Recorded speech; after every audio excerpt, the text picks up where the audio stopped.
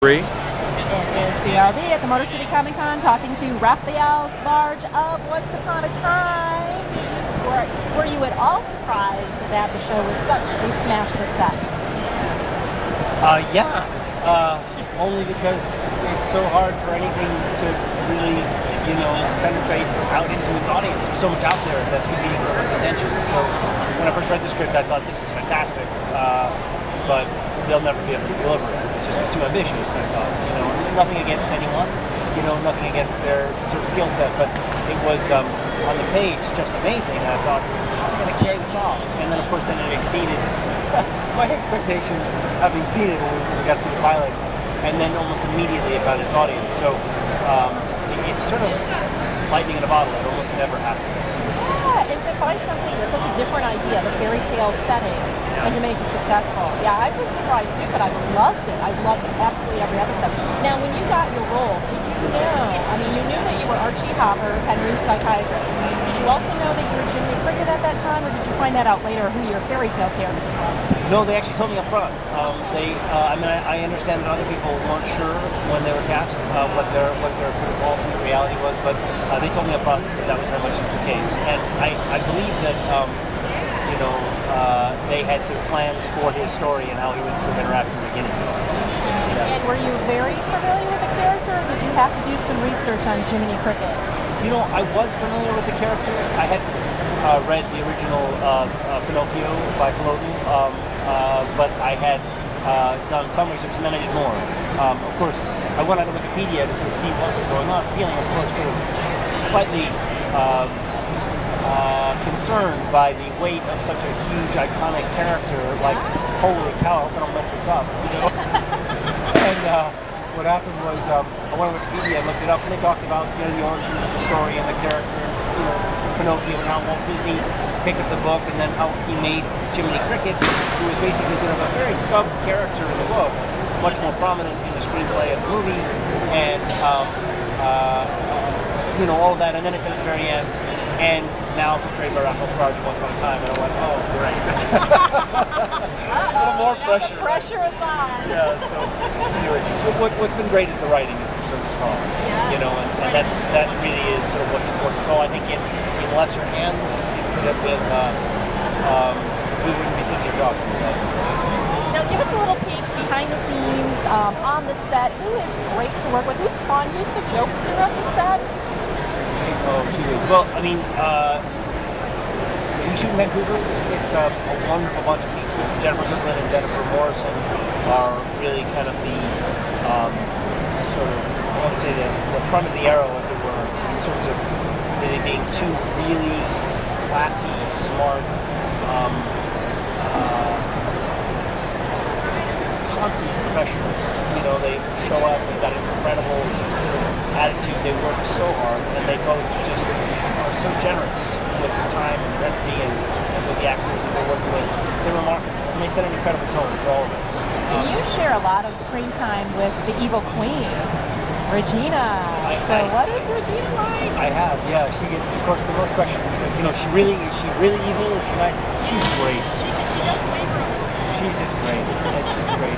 She's the character we love to hate, right? Yes. But she's just a wonderful person. So soulful, works so hard, such a leader, and I'm so thrilled for her success. And I'm really struck by the talent of the actor who plays Henry. He's really surprised me. Jared's awesome. He's been on Mad Men. He's still, he's not a beginner, but he's really awesome. Like, we're all grown up with him, right? He's a sweet kid. He and his sister, he's got a twin sister who's not in the business.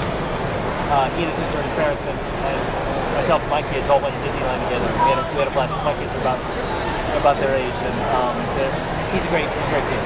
Now, you were on another show that I absolutely loved, Prison Break. Can you talk to me about that? What do you remember of that experience? Yeah, I came in to do one episode, and it was it went so well that they ended up writing more for the character. It was really fun. The writing was really fun playing a sort of psychopathic kind of Bible salesman, you know.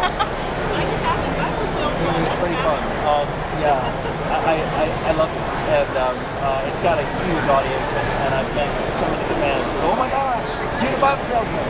You know, in airports and so it's a passionate bunch that prison break fans. Okay, what about Star Trek Voyager? Another one I loved.